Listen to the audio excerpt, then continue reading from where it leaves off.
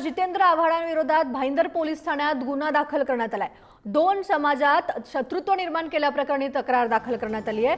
Hindu task फोर्सचे संस्थापक advocate खुश खंडेलवाल यांनी ही तक्रार केली होती। 2018 साली नालासोपारा येथून वैभव राऊतला एटीएसने अटक केली होती। त्यावेळी आमदार जितेंद्र आव्हाड यांनी वैभव राऊत हा मराठा मोर्चात बॉम्ब फोडणार होता असा दावा केला होता। या प्रकरणी दोन समाजात शत्रुत्व निर्माण केल्याप्रकरणी तक्रार करण्यात आली होती। मात्र खंडेलवाल यांच्या तक्रारीवरून आता भाईंदर पोलीस ठाण्यात गुन्हा नोंदवण्यात आलाय।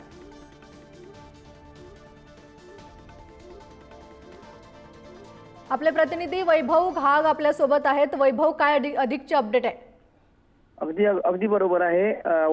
शरद पवार गटाचे जे जितेंद्र आव्हाड आहेत त्यांच्या अडचणीत वाढ झालेली आहे। याचं कारण असं आहे की मराठा मोर्चामध्ये जे वैभव राऊत हा एक हिंदुत्ववादी कार्यकर्ता आहे आणि हिंदुत्ववादी कार्यकर्ता वैभव राऊत हा मराठा मोर्चामध्ये बॉम्बलास्ट करणार होता अशी एक विधान जितेंद्र आव्हाड यांनी केलं होतं। आणि त्या संदर्भात मीरा भाईंदरचे जे खुश खंडेलवाल हे वकील आहेत त्यांनी या संदर्भात तक्रार केली होती। पण हे प्रकरण जे आहे हे 6 वर्षापूर्वीच आहे। त्यावेळेला पोलीस स्टेशनला जेव्हा तक्रार केली होती तेव्हा पोलिसांनी त्याची तक्रार घेतली नाही। त्यामुळे जे वकील जे आहेत खुश खंडेलवाल हे कोर्टात गेले। कोर्टानंतर त्यांना कोर्टाने 6 वर्षानंतर त्यांना न्याय दिलेला आहे आणि आता मात्र जितेंद्र आव्हाडांवरती गुन्हा दाखल झालेला आहे आणि पुढील तपास आता मात्र पोलीस करत आहेत। नक्कीच वैभव, या बातमीकडे आपलं लक्ष राहील। तुर्तास धन्यवाद तुम्ही दिलेल्या माहितीसाठी।